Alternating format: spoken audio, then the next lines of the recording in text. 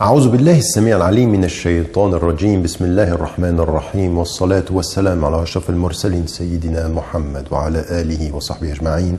Assalamu alaikum wa rahmatullahi wa barakatuh.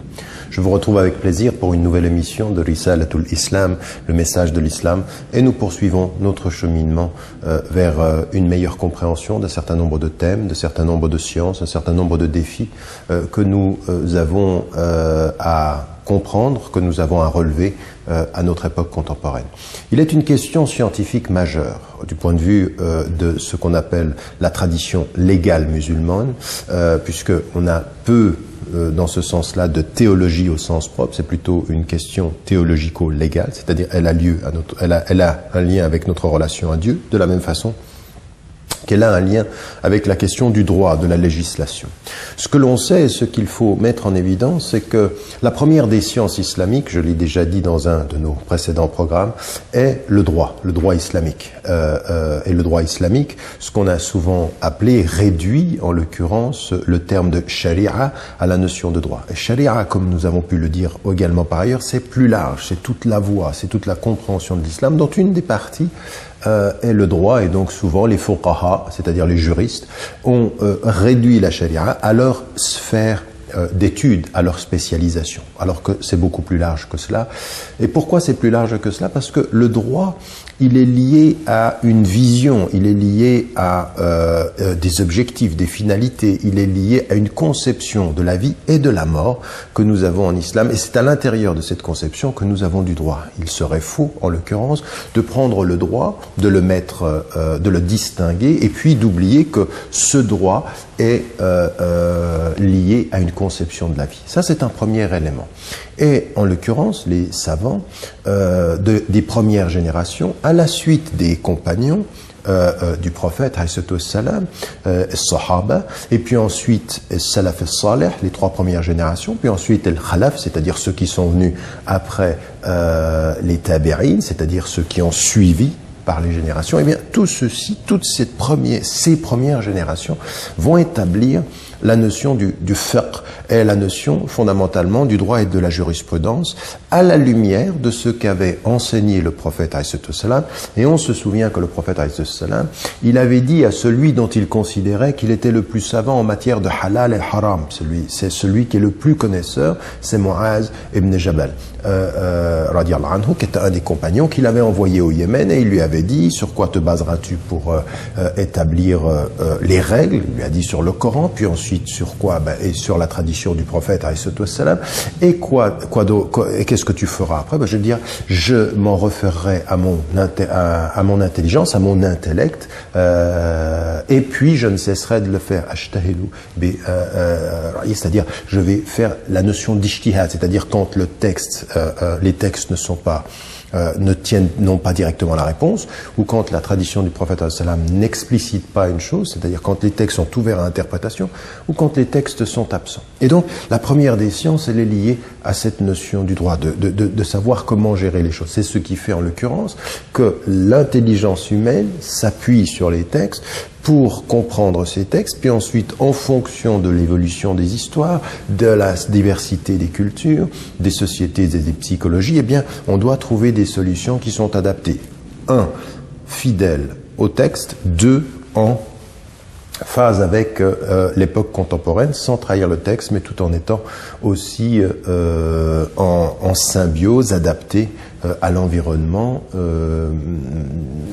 social ou culturel.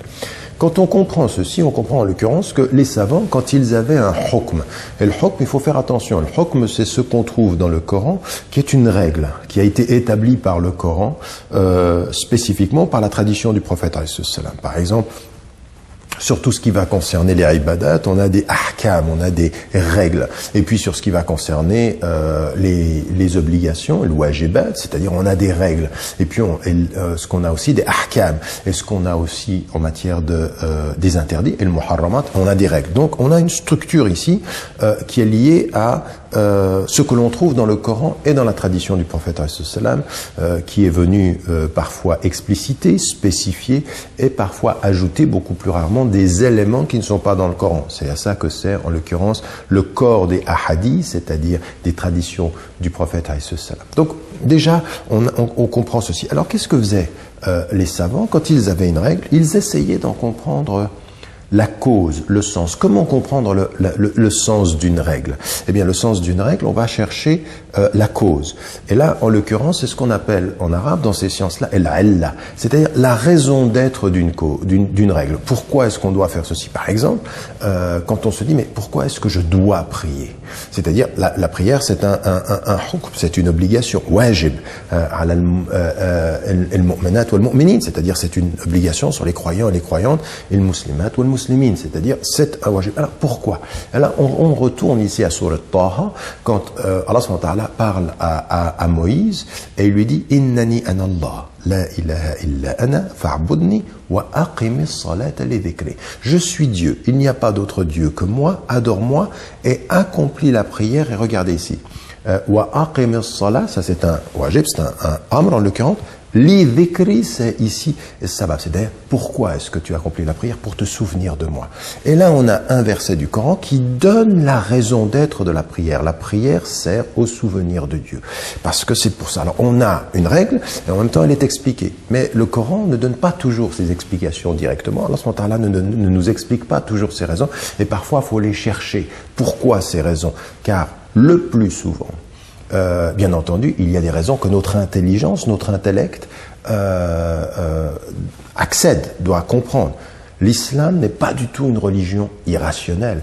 L'islam est une religion rationnelle au sens où ce que Dieu nous impose, on doit le comprendre. Premier élément, que ce qu'il nous impose ne s'oppose pas à la raison, deuxième élément, et troisième élément, ce qu'il ne nous explique pas n'est pas irrationnel, mais a une explication rationnelle. Et je vais vous expliquer comment. Le fait que la raison reconnaisse la limite de la raison, ce n'est pas irrationnel, c'est rationnel. Quand justement la raison, parce que c'est tout à fait rationnel et raisonnable de considérer que notre raison ne peut pas avoir accès à tout, que la raison accède rationnellement à son ignorance, c'est rationnel, c'est pas du tout irrationnel. C'est-à-dire que ce qui dépasse la raison, on ne peut pas y pénétrer par la raison, mais la raison comprend que quelque chose la dépasse. Ça, c'est important. Donc ça fait un peu compliqué ce que je suis en train de dire. Je vais l'expliquer dans les détails. Qu'est-ce que font les savants?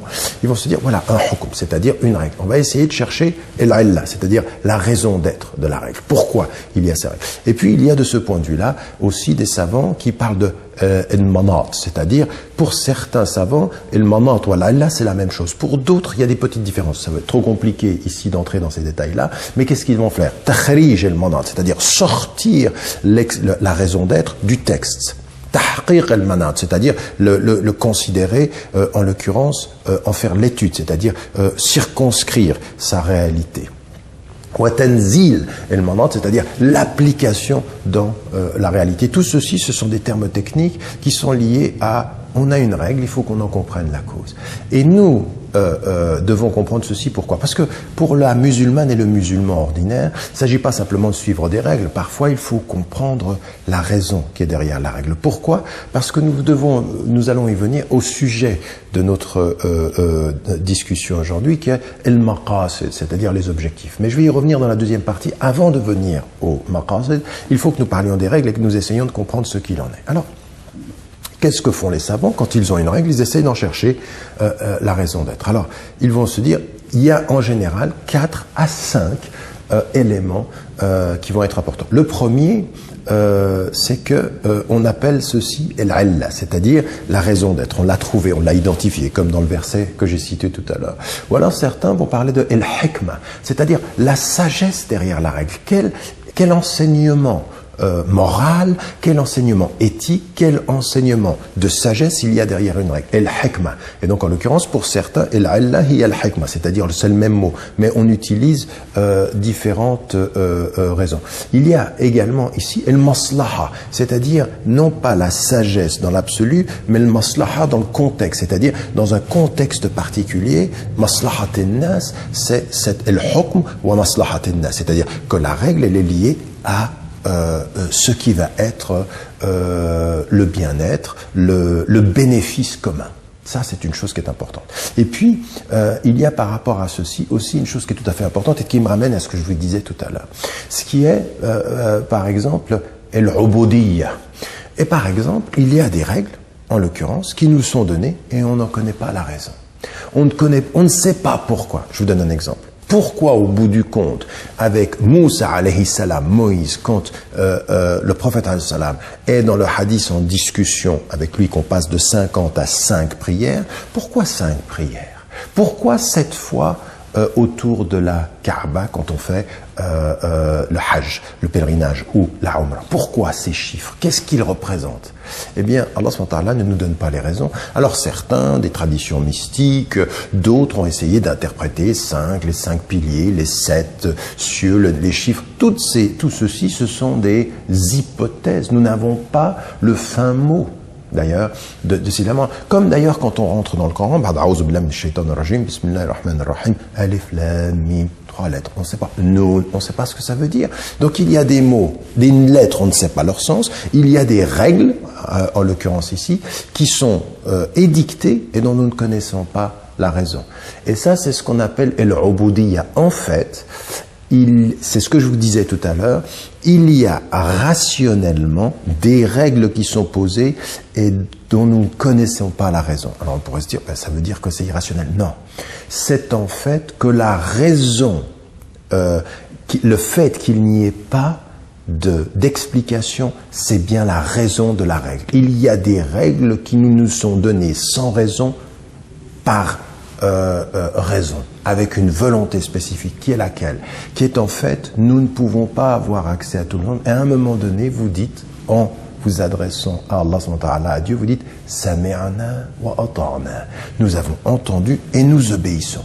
Donc en l'occurrence, la raison du manque de raison, c'est la raison, si je peux m'exprimer ainsi. La raison de cet appel du cœur et de la foi. Donc vous voyez, vous pouvez avoir al-Allah, vous pouvez avoir al-hikmah, vous pouvez avoir al-maslaha, vous pouvez avoir al-ubudiyya, vous pouvez avoir tous ces éléments-là. Et puis il y a une autre chose sur laquelle nous allons maintenant arriver après la pause, Inch'Allah, c'est celle de l'objectif de la règle. Il y a les raisons et il y a l'objectif. Et il se peut que l'objectif soit l'une des raisons. Et c'est ce qu'on appelle al-maqsad, c'est-à-dire al-maqasid, qui a interpellé les savants et qui ont développé de ce point de vue-là toute une école des maqasid pour intégrer l'ahkam à une vision beaucoup plus légale, beaucoup plus globale des enseignements de l'islam. Je vous retrouve, Inch'Allah, juste après la pause et nous poursuivons. Bismillahi ta'ala, wassalamu alaikum wa rahmatullah. Alaikum wa rahmatullahi wa barakatuh. Nous nous retrouvons pour cette deuxième partie. Donc, nous avons parlé jusqu'à maintenant de ces règles qui sont là, qui sont dans le domaine du fiqh, de la loi et de la jurisprudence, et les savants qui essayent de chercher les raisons, les causes, les raisons factuelles, les causes, le principe de causalité d'une règle. Et puis, parmi tout ce travail sur les règles, il y a l'objectif. Qu'est-ce que l'on veut? Parce que la cause peut être le fait de se souvenir, dans l'exemple de Moussa alayhi salam. Mais en même temps, c'est l'objectif. L'objectif, c'est le souvenir. Et donc, au cours de l'histoire, les savants ont travaillé sur les règles, ont fait ce travail-là, sortir les raisons. Pourquoi il est important de sortir les raisons et de comprendre les raisons? Parce que quand on va se trouver devant une nouvelle situation, par exemple, ce pourquoi nous ne buvons pas d'alcool, c'est, en l'occurrence, l'une des raisons, nous le comprenons, c'est pour que nous soyons lucides. Et parce que ça peut avoir, dans l'excès, une atteinte à notre santé. Et tout à coup, on se trouve, des siècles plus tard, avec la question de la cigarette. Elle n'est pas mentionnée dans le Coran. Il n'y a pas le Coran dans la cigarette. Et donc, en l'occurrence, il faut aller voir. On a la même cause, c'est-à-dire perturber ou agir contre la santé du corps. Et donc on va, par analogie, bil qiyas, par analogie, rechercher, parce qu'on a la même raison, établir un nouveau hukm, par la fatwa, c'est-à-dire l'avis légal, l'opinion légale. Et on verra que pour certains, le fait de fumer, c'est complètement haram, pour d'autres, c'est makrouh, c'est détestable, etc., etc. Donc, on fait toujours un travail. Donc, on a besoin de connaître les raisons d'une règle, parce que si ces raisons apparaissent par rapport à un nouveau problème sans qu'il y ait une règle, eh bien, la pensée, l'intelligence des juristes produisent une règle à travers la fatwa qui donne, en l'occurrence, la possibilité aux musulmans d'évoluer avec leur temps. Et puis, il y a des savants, donc tout ce travail s'est fait, il y a des savants qui vont faire un pas en arrière en se disant, ce qu'il faut qu'on comprenne, c'est que tout ceci est lié à des objectifs. dans l'interdiction comme dans l'obligation, Allah subhanahu wa ta'ala envoie un message avec les objectifs ultimes des messages, les objectifs les plus élevés. Et des savants vont s'arrêter, d'ailleurs dans toutes les traditions, c'est aussi ancien que l'islam, ceci, parce que forcément, il faut comprendre quand par exemple Omar ibn al-Khattab radiyallahu anhu cesse d'appliquer les châtiments, la punition pour le voleur, parce qu'il comprend que l'objectif de la règle, c'était la justice. Mais comme on était dans une époque de famine et il n'y a pas de justice, il comprend que l'objectif disparaît, donc il suspend la règle. Donc il comprend bien que la règle est liée à l'objectif de justice. Et donc les savants, une école va se créer qui va récupérer toute cette façon de faire des premiers savants et en faire une sorte d'école, madrasa. On va l'appeler madrasat al-maqasid, c'est-à-dire l'école des objectifs. Et l'école des objectifs, c'est, eh bien, regardons toutes ces règles. Quels objectifs premiers vont apparaître? Alors, il va y avoir plusieurs façons d'approcher les choses. On a par exemple Al-Juwayni qui est le maître, le professeur de Abu Hamid al-Ghazali, qui va le premier faire une double classification, c'est-à-dire une classification des différents domaines, des objectifs dans différents domaines, et une classification dans l'ordre des priorités. Et il va y avoir ad-daruriyat, c'est-à-dire les choses qui sont essentielles, et puis ensuite il va y avoir le second degré, al-hajjiyat, c'est-à-dire les besoins, ou at-tahsiniyat, c'est-à-dire les embellissements, en disant les règles islamiques ne sont pas toutes au même niveau. On a ce qui va préserver la religion et la vie, on va ce qui est dans le besoin que l'on peut avoir dans la vie, et puis il y a dans l'embellissement de la vie. Donc il produit des catégories verticales. Et puis en même temps, il y a des catégories qui sont liées soit à la religion, soit à la personne humaine, et il commence à établir des catégories. Son élève, Abu Hamid al-Ghazali, va poursuivre ce travail dans Al-Mustasfa, et puis on connaît son livre de référence, Ihya Ulumuddin, mais c'est pas dans ce livre-là qu'il le fait essentiellement, mais il va faire ce travail-là d'affiner les éléments qui sont les éléments de classification. Et puis celui qui va devenir la référence dans un livre qui est célèbre, il vit en Europe d'ailleurs, et puis il va prendre de toutes ces écoles-là, c'est Shatibi, al-Muwafaqat. C'est-à-dire c'est un livre de référence où il va établir beaucoup plus clairement les objectifs. Et en fait, qu'est-ce que c'est? C'est un pas en arrière par rapport aux règles pour penser les règles en fonction des objectifs. Et puis, ce qui va se passer dans cette méthodologie, il y a deux façons. Certains vont établir ces règles à partir en fait de ce qui est al-muharramat, ou les grandes interdictions. Par exemple, ils vont établir le fait que ce qui était compris traditionnellement par les musulmans, le changement de religion impliquait la mort, donc la préservation de la religion est une priorité. Il faut faire attention, c'est une opinion majoritaire, c'est pas la seule. Sufyan al-Thawri n'est pas de cet avis, et d'autres dans la tradition musulmane ont suspendu leur jugement par rapport à ça, ont été beaucoup plus prudents par rapport à ça. Mais voilà, il y avait l'idée de la religion. Puis ensuite, il va y avoir l'idée de la protection de la personne, en-nafs, parce que en-nafs, si on tue une personne dans la justice, c'est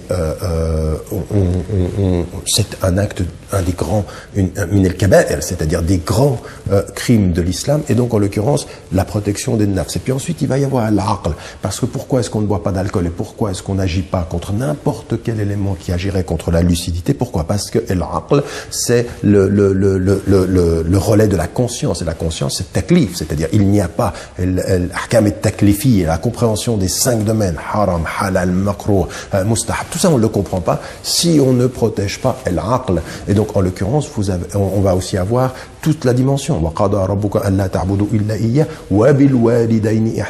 Dieu demande que vous n'adoriez que lui et que vous soyez de ce point de vue-là aussi obéissant par rapport aux parents. Et donc la notion de la famille est essentielle, c'est nasl. Toute cette dimension-là va être les liens de parenté. Et puis quand j'ai des biens, ils sont à moi, et si on me les vole, on est passible d'une punition ultime. C'est mes biens, l'amwal. Et puis, Al-Qarafi, plus tard, va ajouter également l'ard, c'est-à-dire la notion de la dignité humaine qui est très importante d'ailleurs pour toutes les discussions que nous avons aujourd'hui sur les droits humains. Donc, ils vont spécifier en fonction parfois des interdits, des éléments, et ils vont déterminer el-daruriyat, c'est-à-dire ce qu'il faut protéger d'abord. Et puis ensuite, on aura el-hajiyat. Je ne vais pas en rentrer dans tous ces détails-là, mais ce qu'il faut comprendre, c'est ce pas en arrière et cette vision globale. Attention, il faut toujours penser le droit dans les finalités du droit.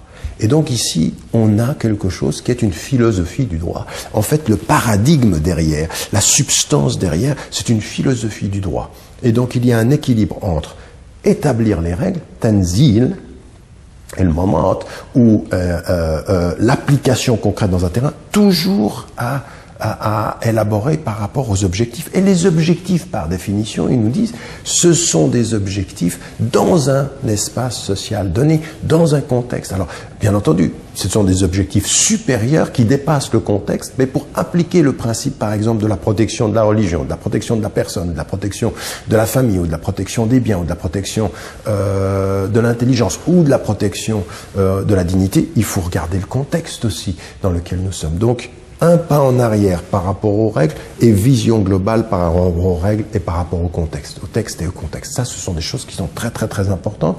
Et cette école-là, en fait, elle n'est pas nouvelle. Elle a simplement pris une méthode interne de l'application du droit pour en extraire une philosophie du droit et développer une philosophie du droit dans laquelle les savants doivent se mouvoir. Donc, une ancienne tradition, et Chatibi a été celui qui a été une référence, et on a aujourd'hui des savants, Cheikh El-Raïsouni au Maroc est le spécialiste mondial de ceci. Il a écrit sur Chatibi, il a écrit sur d'autres savants. On a une école qui s'est créée, qui a été développée. Avant lui, Ibn Ashur, un savant tunisien qui a élaboré, pensé ceci. Et il y en a beaucoup aujourd'hui qui ont travaillé dans ce domaine-là. Donc on a ici quelque chose qui est de l'ordre de l'élaboration d'une philosophie du droit. Maintenant, on a deux problèmes. Le premier problème, c'est ceci nous aide à relever les défis de notre époque parce qu'elle dit toujours, cette philosophie-là, attention, posons les finalités, posons les objectifs. Donc autant avec les règles, il faut connaître l'Allah, l'Hikmah, l'Maslaha, et puis en même temps l'Ubudiyya, quand est-ce que parfois il n'y a pas d'explication, autant il faut connaître le maqsad, c'est-à-dire l'objectif ou les objectifs, autant il faut faire tout ce travail, puis ensuite il faut reculer, puis avoir une philosophie beaucoup plus générale du droit qui va nous permettre de naviguer en fait dans tous les contextes avec l'objectif des finalités. Le problème que nous avons, c'est que ces savants, quand on est au 14e, au 15e siècle, ils vont établir ces éléments-là et toute la question qui va se poser, qui fait débat d'ailleurs chez les savants, c'est de dire, est-ce qu'on doit en rajouter d'autres ? Alors vous avez de ce point de vue-là deux approches. Certains savants, c'est le cas de Cheikh El-Raïsouni maintenant, Cheikh Ibn Bayya, Ben Bayya, pardon. Aujourd'hui, c'est des savants qui disent, ben non, on n'a pas à rajouter, c'est en dessous de ces 5 catégories, ou 6, qu'il faut développer des objectifs spécifiques selon les domaines. Alors, on peut avoir le domaine de la médecine, on peut avoir le domaine de l'environnement, on peut avoir le domaine de l'éducation. Et donc, pour chaque domaine, on aurait des objectifs spécifiques qui sont liés à ces grands domaines. Et vous en avez d'autres qui disent non. Tous ces objectifs-là sont souvent liés à l'individu. Il faut que nous ayons des objectifs qui soient liés à la collectivité. Alors on voit bien l'individu et la collectivité. L'objectif de l'islam, c'est aussi de protéger ou de développer des principes qui sont liés à la collectivité humaine. La notion de shura et de délibération, c'est collectif. La notion de la délégation de pouvoir, c'est collectif. Et dans l'islam, il y a bien ceci. Amruhum shura bainahum, ça veut dire qu'il y a une délégation de pouvoir. Est-ce qu'on peut se suffire de ces 5 principes objectifs? Alors là, les savants ne sont pas d'accord. Évidemment, il paraît évident que nous avons à travailler là-dessus. Puis un autre élément, par exemple, c'est que là, nous parlons d'hommes individuels ou d'hommes dans leurs relations interpersonnelles. Mais qu'en est-il par exemple de la nature, l'environnement? Ça devrait être un nouvel objectif. N'est-il pas Dieu a mis à votre disposition ce qui est sur la terre, dans les cieux, sur la terre. Ça veut dire que vous en êtes khulafa, des vice-gérants. Donc il faut protéger la nature. Et la nature, elle ne vient dans aucune de ces catégories en soi. Est-ce qu'il faut, de ce point de vue-là, aller dans ce sens-là? Donc il y a des penseurs qui disent, bien sûr, il faut qu'on élargisse. C'est mon opinion au niveau des objectifs supérieurs. Mais de toute façon, ce qui est sûr, et c'est là une autre thèse qui est importante, c'est d'arriver à développer dans chacun des domaines des objectifs spécifiques. Le deuxième problème que nous avons, évidemment, c'est celui de attention. Ça n'est pas parce que nous avons des objectifs qu'il faudrait minimiser les règles. Dawabit, et dawabit, c'est la régulation. Les règles sont les règles. Le haram, haram, wal halal, halal, wal wajib, wajib. Il ne faut pas maintenant en disant, tel objectif c'est la justice, on peut laisser ceci, tel objectif c'est le bien-être, donc je pourrais moins prier ou autre. Attention, les règles sont les règles. Donc penser les règles à la lumière des objectifs, ça ne veut pas dire minimiser les objectifs, les règles au nom des objectifs ou ne pas respecter les règles. Et ça, certains fuqaha ont raison. Ils trouvent que dans la nouvelle école des maqasid, certains mettent tellement d'importance sur les objectifs qu'ils veulent minimiser l'importance du respect de la règle. C'est tawazun qui est tellement important, c'est la régulation, le fait d'être au même niveau et de travailler dans les deux cas. Voyez, un espace scientifique, une formidable réflexion qu'il faut que nous développions, Inch'Allah. Nous aurons l'occasion d'y revenir et je vous retrouve soit sur le site de Iqra International, la chaîne satellitaire, soit sur mon site internet, soit encore sur ma page officielle Facebook, bi'iznillahi ta'ala. Wassalamu alaikum wa rahmatullahi wa barakatuh.